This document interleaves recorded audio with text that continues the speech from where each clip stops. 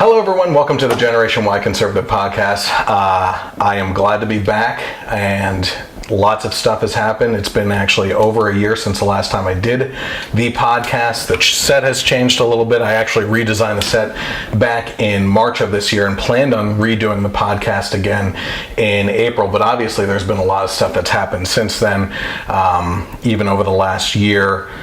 Just craziness, and I didn't know how to get back into it because it seemed like every single day the news stories were coming out just faster and something different all the time, and it just got to be so crazy. So there's a lot of things happening. I obviously want to jump back into this before the election. There's a lot of things going on there. There's a lot of things happening with Black Lives Matter. There's a lot of things happening with the virus. And I think that is the starting point that I need to start with tonight on just the absolute craziness that has started off with 2020 and what's been happening. So we're going to get into the virus tonight. I have my wife joining me, Leslie, and we're going to be discussing this. I'm going to try to go through this. When I was doing this, putting this all together, I felt like Charlie from Always Sunny in Philadelphia with the crazy conspiracy theory chart behind me and everything, and just trying to tie things together. I wrote down all the topics I wanted to talk about. I organized them into different groups and everything, found all the articles, found all the videos, and it's packed because we have a lot of stuff to go over, things, how it all feeds into it. It's not all just about the virus. Obviously, we're seeing massive shutdowns all over the country with the businesses and everything that's going on with that, and people are saying one thing and then another, and then the news says do this but don't do this, and then they flip it and they start doing different things. It's all madness, it's all craziness, and when you voice your opinion in opposition to everything that's going on, to try and support either yourself as an entrepreneur, as a small business, or your friends that may be in that position, people that are out of work, people that are going through depression and everything, somehow we're the ones that look like the enemies on social media, and people are making you out to be the enemy. And on top of that, you have this mentality that we're going to get into here on bullying people and shaming people into obeying and complying with the rules that are set out for you. So it's a lot of stuff. I'm going to try to speed talk my way through this, get a little bit of reaction from her, banter back and forth and everything, but there is a lot of content to go over. We're going to be talking about as much as possible, try to cram it in. The format has changed. The podcast, as of right now, is going to be, instead of every week, 3 hours at a time on Sundays, it's going to be every other week, and try to stick to an hour. I don't know if that's going to happen tonight. I'm going to shoot for that, but there's some videos that I'm throwing in here too on things that are going on, and we're just going to get into it. So I'm Chris. Welcome to the Generation Y Conservative Podcast.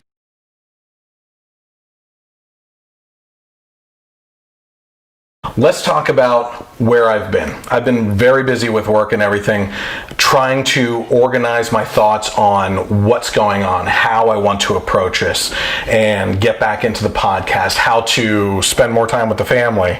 And because I work probably 70 hours a week, and I was doing a lot of editing and a lot of the podcast, just the 3 hours just to do the podcast.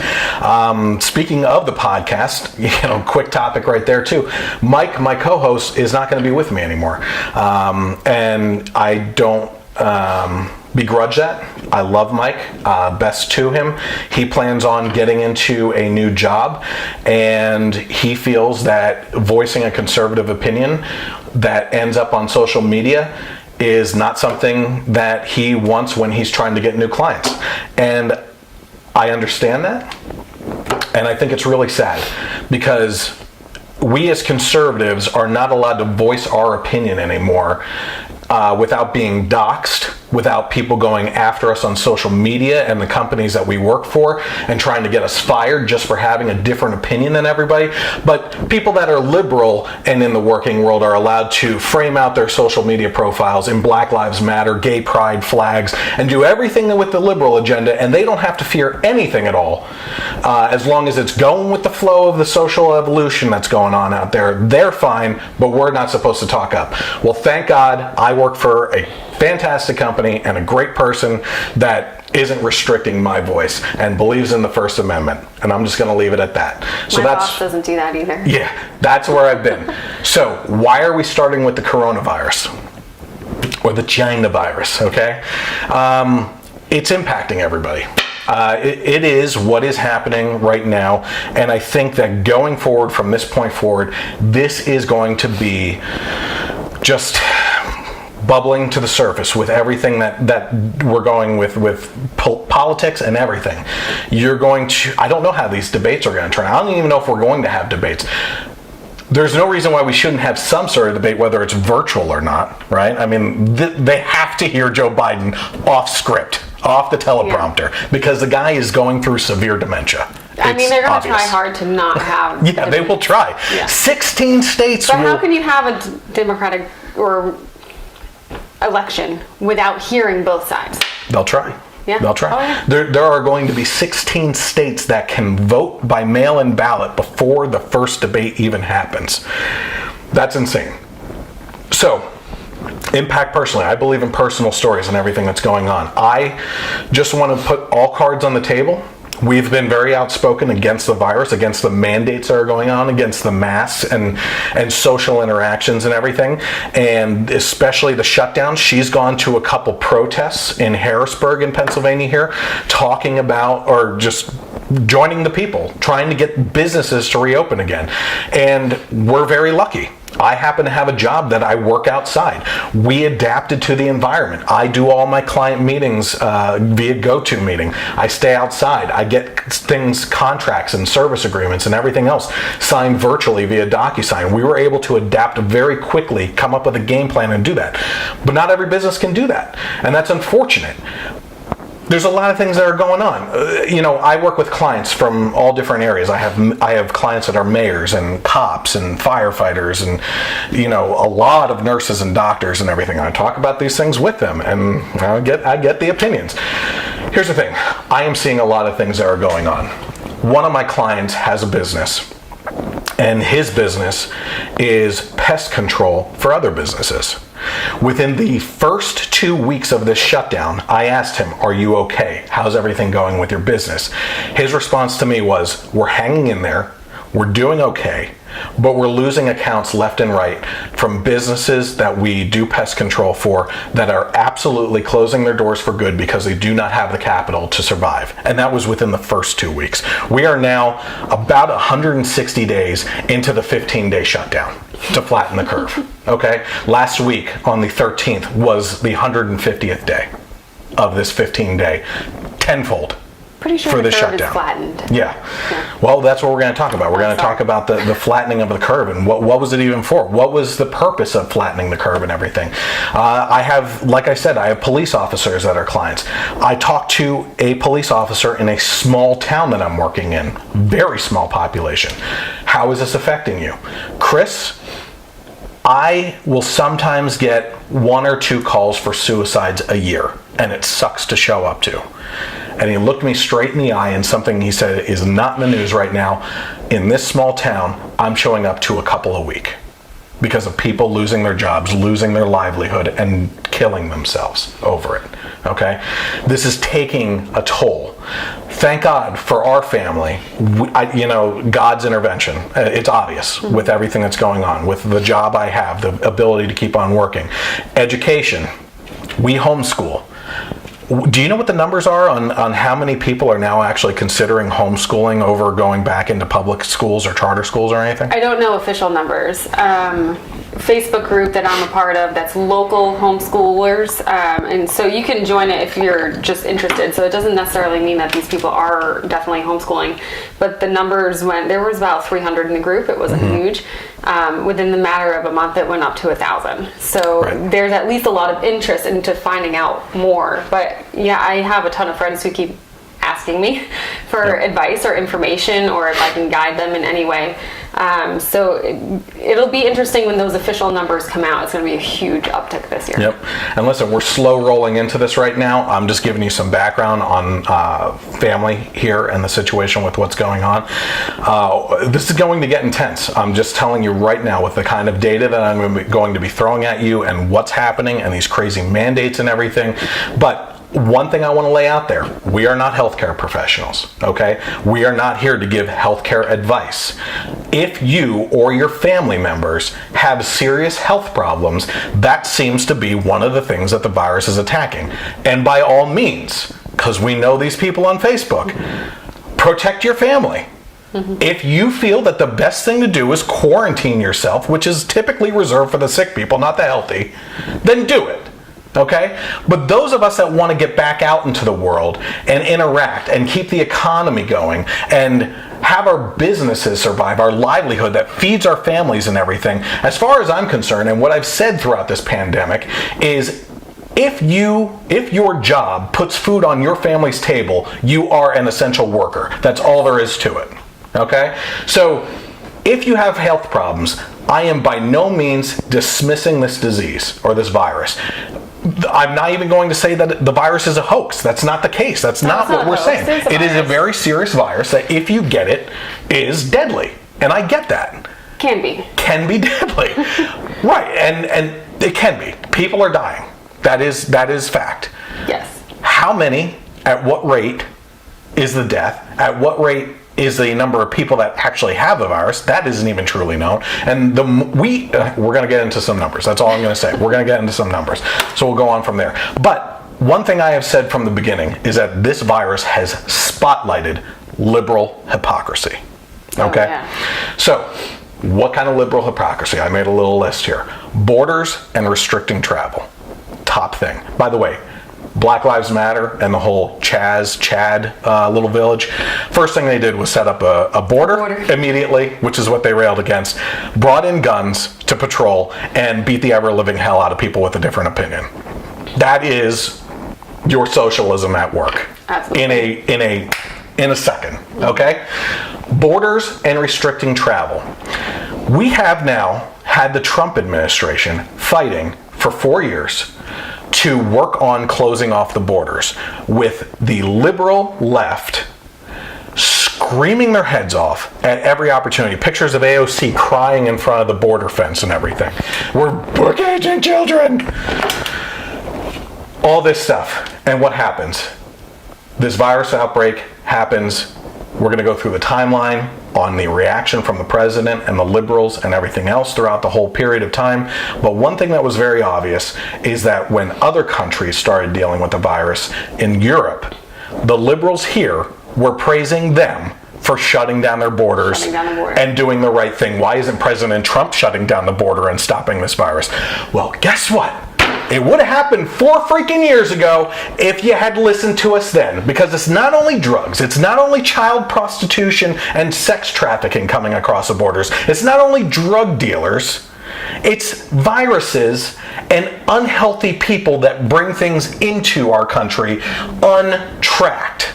Untracked. That's the point. Listen, I don't care if a legal immigrant comes into this country with a burden on their shoulder and stuff going on, but at least we know, and we can quarantine that person. We can treat that person and everything. This has spotlighted the fact that the liberal left, who railed against us for wanting borders, is now hypocrisy in spotlight. Okay? The next thing, corporations overseas. Okay? What happened when the shutdown happened? We're still dealing with the ramifications right now. I happen to work in the construction industry. Guess what? The suppliers can't get wood or shingles or siding material or nails or plywood. Like, all this stuff can't get to us right now. All the stuff that we rely on from China, okay, isn't getting to us right now, from other countries, India and everything. Those things are not coming into the country because there's a restriction on the stuff that comes in. But why are we relying on corporations overseas to get the things here that we always used to have here in America? Because we had one of the highest corporate tax rates for decades now due to liberal left policies that drove the companies and the jobs with them outside of our country, and we had to rely on importing those things back in.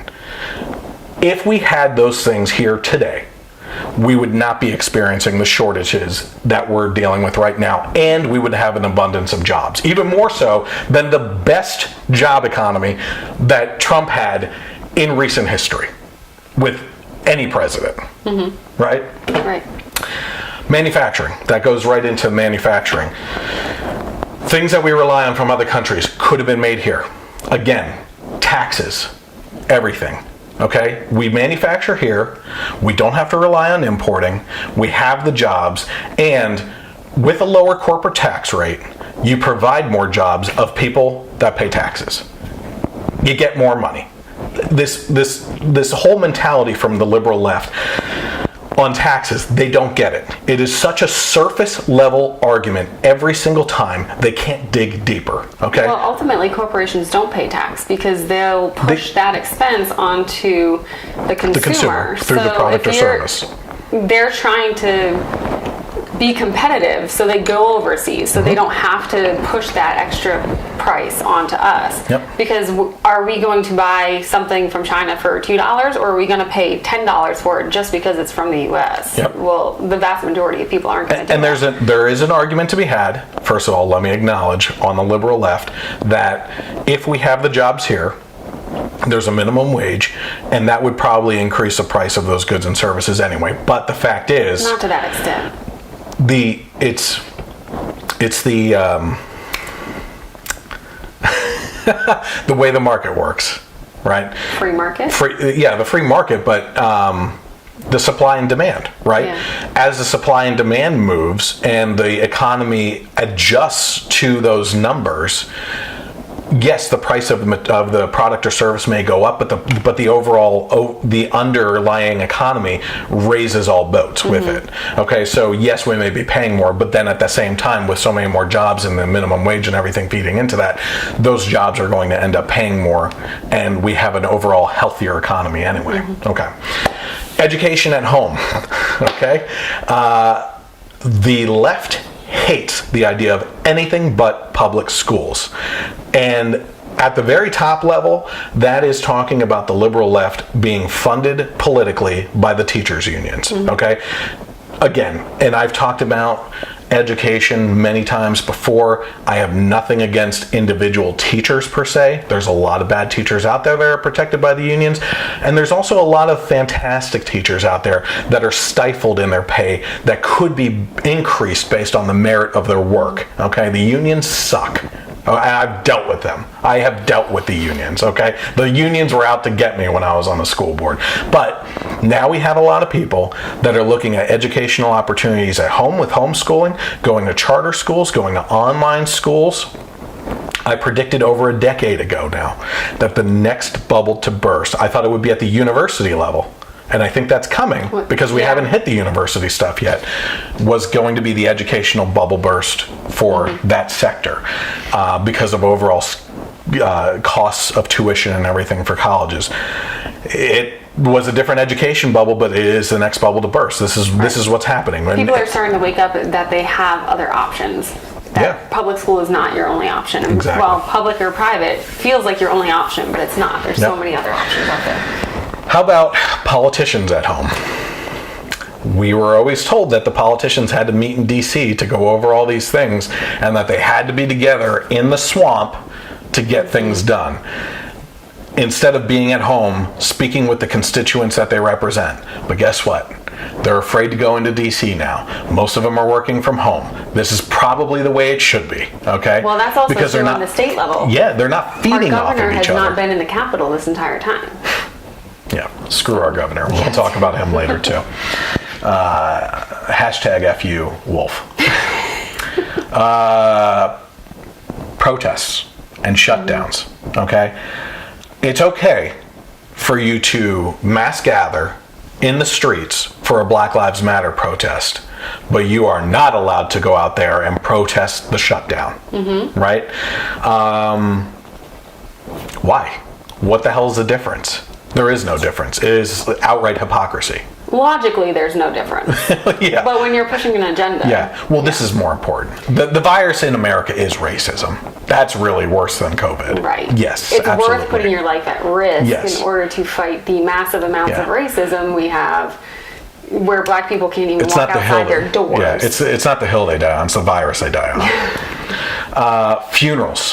Holy crap, if there's one thing that just gets under my skin most of all, But even worse, I believe, than the protests is how many people have lost people due to depression and suicide, the virus itself, any other sickness during this shutdown, and you have to have drive-through funerals or no funeral at all, and hold off and hope that you can have a funeral later, right? But in the meantime, John Lewis dies, and they have a massive, over 1,000-person funeral, including Barack Obama, and people traveling from all over the freaking country to come for that funeral. You have millions of people, in the end, gathering together, essentially, for George Floyd's funeral. Yeah. Right? I mean, it's eulogy and little services everywhere. Yeah. Right? That's okay. But you are putting people's lives in danger if you want to celebrate the life of someone that passed in your family. God forbid 20 of your family members get together at a graveside to say goodbye. Yep. So unbelievable. yeah. So this goes back to what we were talking about before. What was the original intention of flattening the curve? So that the hospitals wouldn't be overwhelmed. So that they wouldn't run out of beds and materials and PPE. Yeah. And we were not successful with that? I think we were exceedingly successful with that. So like I said, we're over almost 160 days now, past the 15-day shutdown that was needed for us all to actively participate in to flatten the curve of not overwhelming the hospitals. Not only were hospitals not overwhelmed, we personally know healthcare people that, not on social media and everything, but will tell you in private, not only were there not people in the hospitals, or very few, that they had to furlough staff and not pay people because there were not enough things going on in the hospitals. That doctors and nurses were essentially having fun in the hospital, waiting for something. TikTok videos, dancing. Yeah, there's certainly a lot of TikTok videos out there celebrating. And I'm going to take a quick second here. I'm probably going to say something very controversial. No, let me just say this right off the bat. I had cancer. And my nurses and doctors were phenomenal. Mostly the nurses, though. I had great doctors, but you barely see them. Yeah. You know what I mean? The nurses were phenomenal. God bless them. Honestly. It's not an easy job. Not an easy job, especially at my lowest point. And what they had to do to me. That being said, this whole deifying, I don't know how to put it, of like, nurses and doctors are the essential workers of the economy. I get it. It's true, but all these nurses and doctors getting on social media saying stay at home, stay alive, stay at home, or stay home, stay alive, stay or something home, like save that. Lives. Yeah, stay home, stay alive, save lives, and like stay home because I can't. Yes, exactly. Yeah, all that stuff, and pounding the pavement. I didn't sign up for what? That's what do you exactly mean you didn't? What you signed up for. That's like a soldier being shipped off to war going, what the hell is this? I didn't sign up for this. I signed up in a time of peace. I didn't sign up for war. Like what? No, this is what you signed up for, and God bless you. I completely understand. I do believe that you're an essential worker. Again, what you're doing is essential. You're also putting food on your family's table. God bless you. You're essential. But to say that this isn't what you signed up for, I got news for you. There were pandemics before this one. It's not like this was a surprise. There are other viruses and stuff out there. This happens, okay? Origin of the virus, okay? This is the next topic that we're getting into. What happened with it? The first things that we were hearing immediately was that this came from the wet markets over in China and Wuhan and everything. I love Chinese people too, but come on. First, though. What were you hearing first? I was hearing it came from a lab. That was the first thing I heard. And then like a week or so later, it was the bat at the market. Yes. Okay. So those are the two floating theories. I personally believe what I heard first was that it came from a wet market. Okay. And then it was these crazy conspiracy theories of coming from a top secret lab or some sort of research lab or something out there, a secured lab and everything. Well, was it released on purpose from there? Was it released by accident? I don't know, but Brett Weinstein, who is you may know that name from what happened at Evergreen University over the last couple of years, was kicked out by the students and the faculty because he disagreed with a liberal policy, even though he happens to be one of the most liberal people. He's an evolution biologist, okay? Right off the bat, not going to agree with us on things, okay?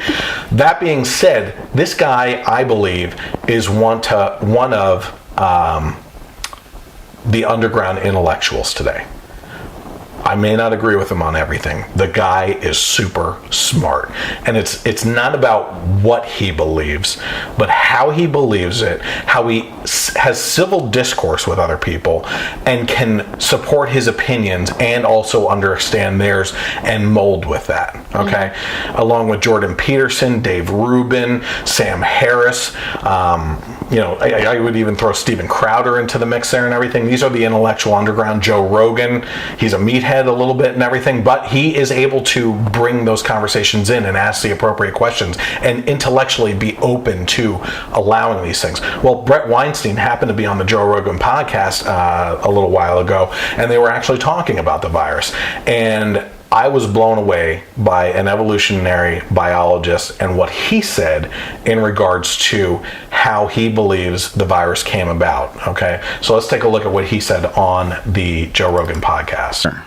When it seems to be an issue when someone says that it might have come out of a lab, this is a right-wing, left-wing thing. For whatever reason, you get labeled a right-wing conspiracy theorist if you think it came out of a lab. Right. And people on the left are so willing to dismiss that without any real evidence. We've been poisoned by these ideologies when it comes to conspiracy or whether or not something is actually true, but we've been fed the wrong information. That stuff is, if you don't believe the official narrative that's being discussed on CNN, you must be some sort of a right-wing nut. Right. And have you faced that? Oh, of course I've faced it. It's hard to escape it, right? So I've tried to be very careful. I have described it as a hypothesis, which is what it is. I have tried to show that there are different probabilities for the different origin hypotheses. Even China now admits that it wasn't from the seafood market. Do they? Oh, yeah. What do they say it's from? Well, don't they say it's from us? I have not heard that. I have. But let's put it this way. One of the things that is, in my opinion, the strongest piece of evidence that the lab leak hypothesis may be correct is that there is a missing phase in the evolution of this virus. When a virus jumps from one species to another, it is not well positioned. It is typically very poor at its job because it doesn't have any evolutionary experience with that host. So it's not good at leaping between that host cells, which means that it's always in very small numbers, and it's not good at leaping from one individual to the next. That's the key question. When something leaps into a new species and then it becomes a pandemic, it's because it has solved that second problem. It has figured out how to infect that creature in such a way that the creature spreads it to others of its kind. There is no evidence in the case of this virus that that happened. It showed up in Wuhan and spread immediately. It became a pandemic. It already had experience. Now, how it got that experience, we don't know. There are evolutionary ways this could have happened, right? It could be that we have not found the initial population that it circulated in, right? Or it could be that it circulated in a creature that we haven't found either. But the fact that there is no evidence, that it shows up in Wuhan and immediately spreads, tells us that this virus was well adapted to our cells and well adapted to transmit between individuals. And that is conspicuous. One way you could get there is if somebody, A, had added components to a virus in order to make it transmissible to humans. So the research in question would be research that was interested in discovering what a pandemic in humans of a bat-borne coronavirus would be like so that we could do something about it. Maybe we could prevent it. Maybe we could create a vaccine ahead of time. But if you're creating a virus that has enhanced capacity to infect humans, in order to study what will happen if a virus ever escapes into the human population, then you are running the risk that the virus you are studying will escape. Would they have added something like a furin site? Absolutely. It is established in the literature that the addition of a furin site makes the virus much more transmissible in human tissue. So if you were going to study it, this would be high on your list of things to do. You could also passage it through human tissue in order to effectively train it on the infectious pathway inside of people, which again, we might be suffering the downstream consequences of that if it escaped the Wuhan Institute of Virology. That's very nerdy talk. I get it, but what he's saying is, and what I would encourage you to do is go to the Joe Rogan podcast and watch that interview, which typically the Joe Rogan podcast is about 3 hours and everything, and they talk about the virus a lot more than just that. So I would encourage you to head to that podcast to watch more of that interview. But one of the things that he was saying right there is that typically in the evolution of a virus, or how the virus starts to spread more rapidly, is if it's going to go outside of the original species range, it's tough to do. It's hard to make that jump to the next species. So if it happens, it's not as potent to killing people. They get very sick, and it's fewer people that get sick, and it takes a while for that for that virus to adapt enough to keep on going to different species, right? And or get that explosive and out of control. Whereas this one was instant. Right. It had some sort of history with human tissue somewhere. So if it there's jumped no way. from a bat to a person, it wouldn't have spread person to person so quickly. So that Exactly. supports the idea lab. that it came from a lab. Yep. Social responses to the virus is my next topic range. Pretty funny. So I was actually just going to bring this up. I meant to say it right in the beginning there, but this is actually just another area that I could throw this in. I found it funny, and we won't mention names. It's not that important or anything. You catch a lot of heat online for the things that you post in regards to masks and the virus and everything. And one of those responses happened to be from one of my friends from the past and everything, who I still consider a friend, and it's a friendly family and everything. And you had voiced your opinion, and you took great offense when the remark was, well, of course you're outspoken because you're married to Ford. I happen to find that funny. Because in the end, my chart's here and everything, you know what I mean? Like, if what you're going to say, and again, I don't take it as an offensive or anything like that. If what you're going to say is that I'm a person who happens to put a lot of time into research and looking into things and hearing different opinions and putting it all together and constructing an argument and being vocal about my position out there and putting my voice out there and having the courage to do so, especially when I'm swimming against the tide in most social circumstances, instead of riding the log down with the flow.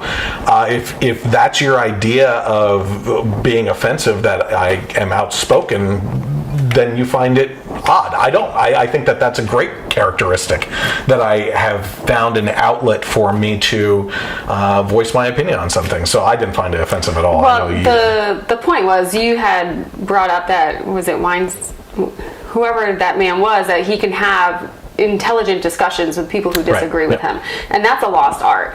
Oh, and really, yeah. I was just trying to understand where they were coming from and have an intelligent discussion, but it was like you can't.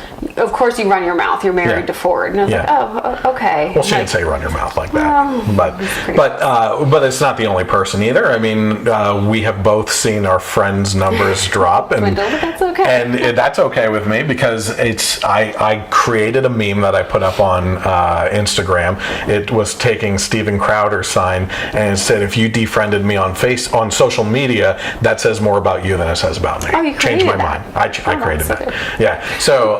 And I said, listen, my opinions are my own. I look for intelligent conversations. You were witness to someone that I've never actually talked to in person, who went to my high school, that I video chatted with he's on the extreme left, right? And he was laughing at some of the comments. I said, hey, hold on. You know, text can be misinterpreted. Why don't we video chat about this topic? I forget what it was even about. I think it was the virus. I think we were talking right in the beginning of the virus and everything, and he couldn't understand my position. We video chatted, and he said, Chris, you know, I really appreciate being able to talk to you civilly about this stuff. And I'm looking for that all the time. I'm looking to expand my horizons intellectually on finding out different things, finding out why people feel the way that they do, digging in and picking it apart, having them pick me apart. I should be able to withstand a storm and hold up for my opinion if someone's tearing it down, trying to find the multiple layers of this crazy onion right here, that I should be able to support it down to my core, no matter what questions come out. And if those questions come out and I don't know the answer to, I'm going to be honest and say I don't know the answer, but I will get back to you. I need to look into it a little bit more. But nobody wants to put that effort in. Or it's hard to find somebody who wants to put that effort in. They just want to assume that if you disagree with them, you must be evil and want terrible things for other people. Yeah. Well, no, I'm just coming at it from a different worldview. Yeah, you just want people to die. Yes. You're selfish and you want people to die. So social interactions are colder Absolutely. and more distant. When we go out and we see people wearing a mask, they could be the friendliest person on earth, but if I can't see or smile, emotions are shut off. You might as well be talking to each other online. You know, I can't see or smile. I can't see if you're angry. I don't know if you're winding up to hit me or winding up to give me a hug. You know what I mean? It's cold, it's distant, especially literally distant. You have to stay 6 feet apart, and people shuffle away from you in the grocery store. God forbid you go against one of the arrows that's taped down to the grocery store aisle. People are moving out of the cities. This is another big one. And I don't think that this has just to do with the virus. I think it has a lot to do with the Black Lives Matter movement, the riots, the looting. Obviously, I don't believe that I'm going to get into doing a Black Lives Matter podcast. I think what needs to be said is out there in different outlets and everything. I will tell you personally, I believe that those that say Black Lives Matter, distinguishing that from the Black Lives Matter organization, which I do believe is a domestic terrorist group, I do believe that Black Lives Matter. I do not support Black Lives Matter. And there's an important distinction. Yes. And I believe that those people that say Black Lives Matter are different from the rioters and looters. I think that there's a mix sometimes, but I would love to see the left and the Black Lives Matter movement come out against the looters that are destroying the neighborhoods that they're supposed to be protecting and saving. Well, I think a lot of people hear the slogan, like, that's a good slogan, I agree with that slogan, I must agree with the organization, and that's just not or again, if you don't agree with the organization, you don't believe Black Lives Matters, you're evil. Read their charter on the website. It does Destroy not take the long nuclear on the family, website. abortions. It's just all over the place. But yes, anyway, people are moving outside of the cities. They want to get away from the violence. They realize that being packed in like a refrigerator on top of each other, a meat cart, if you will, that the virus can spread very easily in that environment. That the violence that just circulates. Why did it take this to figure out that a virus can spread easily in that environment? Because we have colds, we have flus. Yeah, but the liberals. Well, it goes back to because this put a magnifying glass on that. Yeah, absolutely, and they also can't. They don't go outside their bubble. Yeah. We know that. I know that. I have a friend in Philadelphia who saw a groundhog and thought it was a beaver, because you don't get out into nature enough. Yes, You're not out here in the country with us. You know what I mean? Oh my gosh, there's a beaver. That would have been impressive. Not a beaver, bro. Yeah. That's a groundhog. I've shot enough. What? So they're moving outside the cities, or getting outside the cities, and they're infecting the rest of us. We live here in the Poconos. What do we see? New York license plates, New Jersey license plates, people coming up from Philadelphia. They're getting outside the cities and vacationing in the Poconos to try and survive this virus and not be locked into the cities. And there's a lot of people that are trying to escape the cities for all this all around the country. It's not just going to the Poconos here or anything, but the crazy thing is when you talk to real estate agents. I just had a call with my real estate agent friend that I worked with as a client yesterday, and he called me and I said, how's it going? He goes, Chris, you wouldn't believe it. It is crazy. I've never been this busy. I said, good for you. Let me tell you why. I said they're trying to get out of the cities. There's a lot of places that are going tens of thousands of dollars over asking price because of bidding wars from people trying to get outside the cities that are going sold sight unseen, or just doing virtual tours and buying it or right off of that, just a walkthrough tour. He said, Chris, I've done many of those already this year. Yeah, I mean, we know people who their house wasn't even on the market yet. They were just talking to a real estate agent and they already had offers. Yep. So, I mean, if you're going to sell your house, now's the time to do it. It's a double-edged sword. This is something that James and I were talking about this week, which is I have more of a fear of that than anything else right now. Okay, I don't want them bringing their crappy policies that they voted for, Right, so they're going to move here and then continue to and vote. bring their BS Yeah. voting style with them Yeah. into our Because neighborhoods. they can't see that what they have been voting for has caused a lot of the issues. There's places, California, right? I don't know if you heard this. California, they've been raising their taxes astronomically. If taken alone as its own country, I need to get going on this then. As taken alone as its own country, would be the 12th largest economy in the world if you count it as its own country, and yet they are in debt all the time. You look at the worst country. Cities around the country, all Democrat run, right? And the California, I believe they want to extend, if you leave the state, extend the income tax that you pay one more year out after you move out. Gosh, is that legal? That was the last time I heard it. Today I heard that they're shooting for 10 years out. So you can't leave. So they're what's trying to the restrict point? it. Yeah. How is that even constitutional? That's not constitutional. If I left your state, not even one more day, I'm not giving you a damn. Take me to court. I will sue you, you bastards. This is ridiculous. This is insanity what we're going through right now. And you know what? I actually, a double-edged sword again. I don't know. If it's to keep them there, keep your BS policies that you voted for. Maybe you do stay there. I don't want you out here in middle America that you call flyover country with a bunch of rednecks like us all this time. Now you want to move out with us and bring your BS to us? No, screw it. Sit in the pot that you started to boil and fry with it. I'm sick of this crap. You know? You're a little fired up.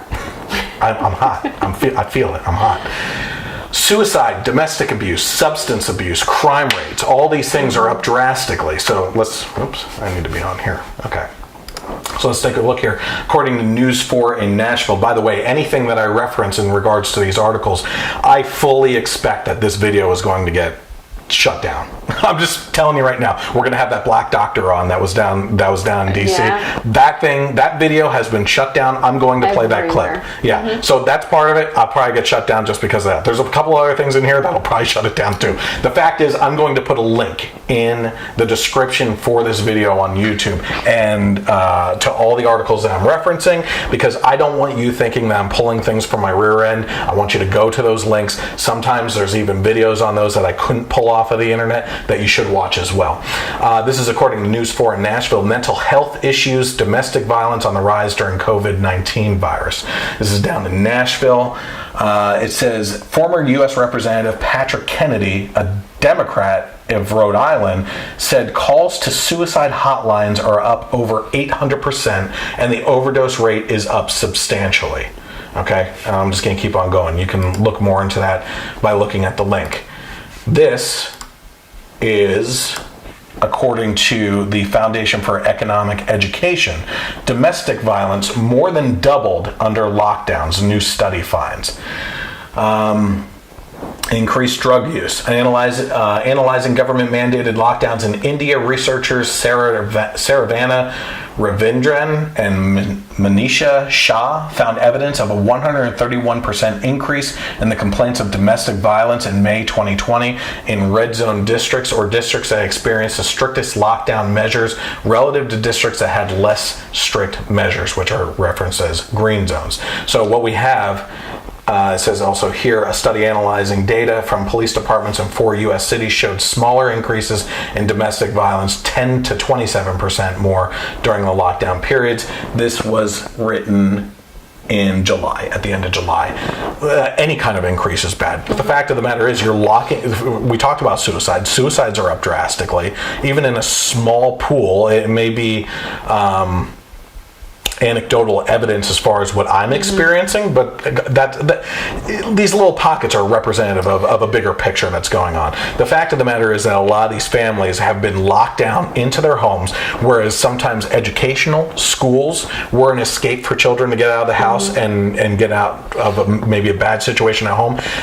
People working and going off to work, whether the wife stayed home or husband stayed home and the other one went off to work, whoever it was, or maybe they both went off to work. It wasn't packing in a bad domestic situation between the spouses and everything. But now you have everyone locked into a place. You have fear-driven anxiety and just perpetuating domestic abuse, substance abuse. People remember what was sold out the most at the beginning of this pandemic? Two things. Toilet paper. Water. Alcohol. The liquor stores were selling out of everything. They shut the liquor stores down. Yeah, but once they opened up again, off the shelf. Yeah. Lines out the building. We saw the lines out the building around here. Ammo. Yeah, guns. Great combination there. I'm a Second Amendment person. We have people extremely stressed out, but I mean, there have been phases in our life where we've been home a lot together, and I mean, with anybody, it's hard to spend that much time non-stop, and then you also add in such a stressful, environment, and then people are losing their jobs. They're stressed out because they can't provide for their families. They're stressed out because they're told if they leave their house, they're going to die or bring it back and kill their families doing it, and they're so stressed out. So couples who already are not getting along, and then you throw them in together with all that stress, I mean, it's just going to cause a whole lot more problems. So it's not a surprise at all that domestic violence has gone way up. And you had mentioned the suicides too. Again, it's kind of anecdotal, but a small church that we've been visiting, maybe a couple hundred parishioners, he said just 1 or 2 Sundays ago that they have not had a single case of COVID in their church, but he has barely... Without masks. They don't require masks. They don't require masks. So they have not seen a single case of COVID, but he has buried 2 people because of suicide. And I think that's very telling. And I think the fact that a lot of people are ignoring that or acting like it's not that big of a deal, it's sad. And you know that when I'm working and I drive so much and everything, I happen to listen to crime podcasts as an escape of reality for more reality, I guess you could say, and everything. But the one thing I've been saying too is that I believe once this lockdown truly ends, because it's not really done, it's not fully done, you're going to find that there's a lot of missing people. Because everybody's expected to be at home and people just kind of fall off the grid. No one's allowed to visit each other. So people kind of fall out of touch with each other. And I truly believe there's going to be a lot of people missing out there that because of domestic abuse situations and everything. That you saw every single day at work, and then if they weren't there, you'd know it. Yeah, you haven't noticed, and then you go back to work. Oh, well, she didn't come back. Okay. Has anyone checked up on her? No, we haven't heard from her. We just assumed she left the company. And you look at our family situation and everything. Now, we don't adhere to it because we give my parents and your parents the choice for having us and our kids around and everything. But we have other family members on those sides that are like, you're putting our parents at risk and everything. And it's like, they're grown adults. It's a free freaking country. Yeah, they're not my kids. I'm not going to order them around. Communism only works in the nuclear family. So, what are you trying to say there? That I'm a commie leader in here. I'm the ruler, I'm the supreme ruler. Okay, so speaking of the social interactions and everything, going back to the education, especially with what you're dealing with and everything, there was a Pennsylvania teacher in Philadelphia that was lamenting that parents could hear the school topics while at home. If there is not a better reason to homeschool than listening to this BS. It says a Philadelphia public teacher is curious about how educators will cope with conservative parents, those bastards, listening in on virtual classes according to a thread captured on Twitter. said, so this fall, virtual class discussions will have many potential spectators, parents, siblings, etc. in the same room. We'll never be quite sure who is overhearing the discourse. What does this do for our equity inclusion work? Kay tweeted. How much have students depended on the somewhat secure barriers of our physical classrooms to encourage vulnerability? How many of us have installed some version of what happens here stays here to help this? Oh my gosh. There should be nothing that you should be saying to my kid that I cannot hear to. Absolutely. And if you don't want me to hear it, you should not be saying it to my child. Yep. It says, while Kay acknowledged that damage can come from the left too, he noted that conservative parents are his chief concern when teachers are engaging in the messy work of destabilizing a kid's racism or homophobia or transphobia. While conversations about race in my wheelhouse and remain a concern in this no walls environment, I am most intrigued by the damage that helicopter snowplow parents can do in the host conversations about gender and sexuality. And while conservative parents are my chief concern, I know that the damage can come from the left too. If we are engaged in the messy work of destabilizing a kid's racism or homophobia or transphobia, how much do we want their classmates' parents piling on? Again, it's exactly what you said. That stuff is not education anyway. That is indoctrination. Absolutely. It is not, it's considered education because we're touching upon the equality and inclusion of people and how you should treat. No. You leave that to the parents. It's a parent's job to teach values and morals. And there's crappy parents out there that don't teach morals to their kids and everything, and they rely on the school to do that stuff. But that doesn't give you an excuse. It doesn't give you a pass to pass the buck onto a school district that you consider at that point, if you don't know this stuff is going on, you are counting on that being a babysitter, not a teacher, and you're counting on them doing the moral teaching of your children. We know, and the reason why we pulled our kids out of school is because the thread of morality that we put into our children is unraveled by those that are teaching inside the school all day long. You know, and it's not every teacher. I'm not saying that. I'm not making a generalized statement. But the curriculum itself does it. It's in the environment. They work it into every subject, everything they can. They work it in, and it kind of reminds me of whose child is it? Who does that child belong to? Does it belong to the parents or does it belong to the teacher or the school? Ultimately, the children belong to the parents. We still have parental rights in this country. And that's just absurd. And there was just a case in Tennessee where parents had to sign a waiver saying that they wouldn't listen into classes. And I mean, if I get that waiver at home, I am absolutely listening into those classes. Yeah. But I think I'll be on screen. Yeah, sitting right next to my child. Just looking. Don't worry, I won't chime in unless you screw up.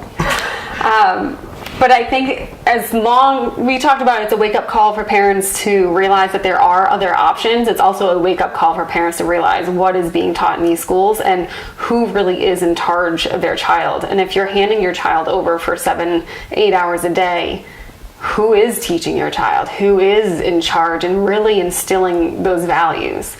I mean, you can try your best at home, but they're working all day long to unravel that.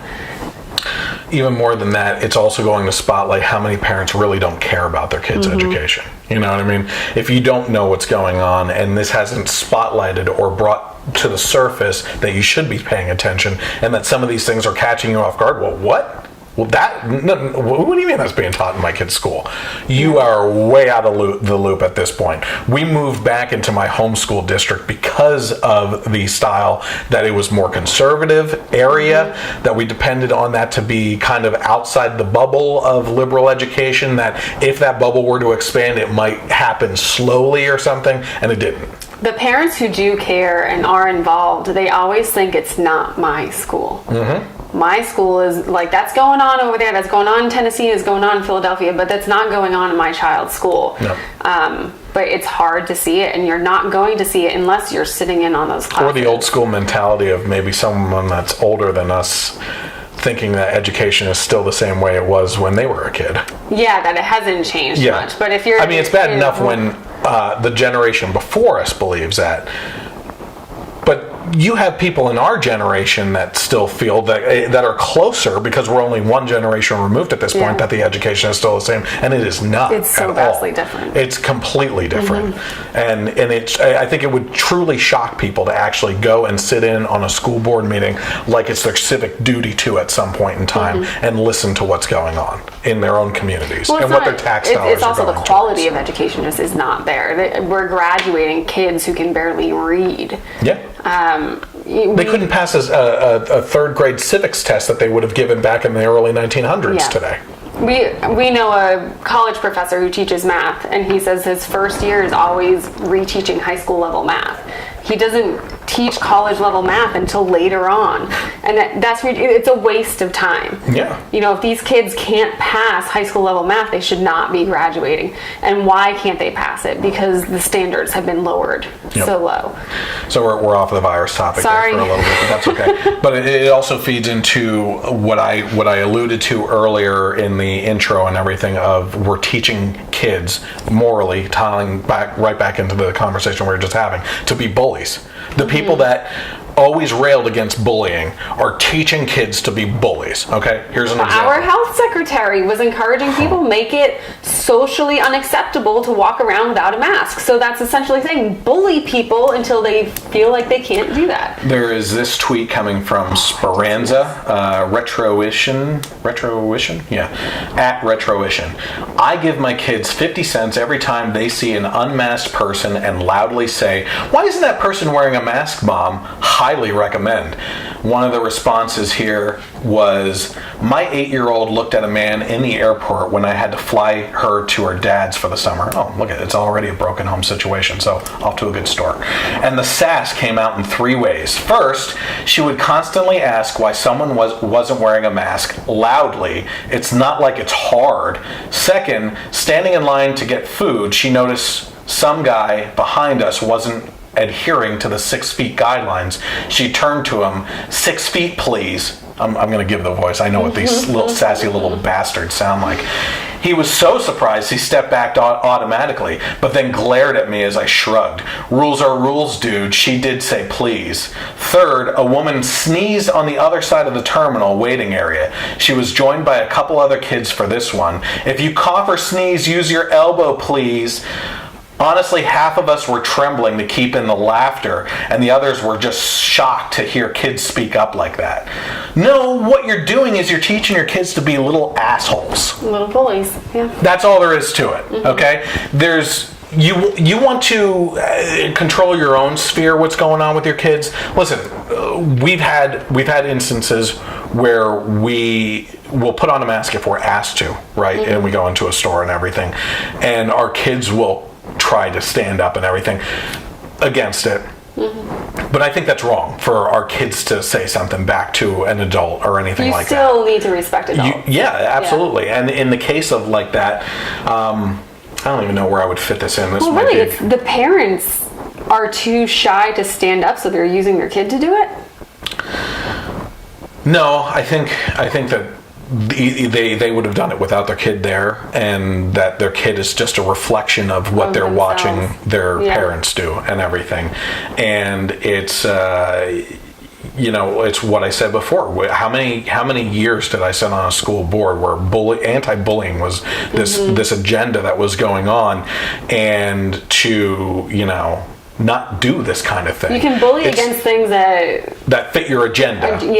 But if they don't, then you can't bully then against it's that. open season. Yeah. It's open season, So you're indoctrinating your kids. That's all there is to it. You're teaching your kid to be a little a-hole. That's what it comes down to. Rather than teaching them to show grace to people who think differently. Yeah.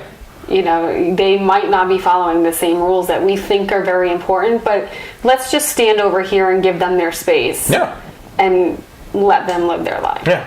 And if you're that freaking scared, go home. Stay home. school choice is brought to attention. Actually, I don't know if you saw President Trump the other day.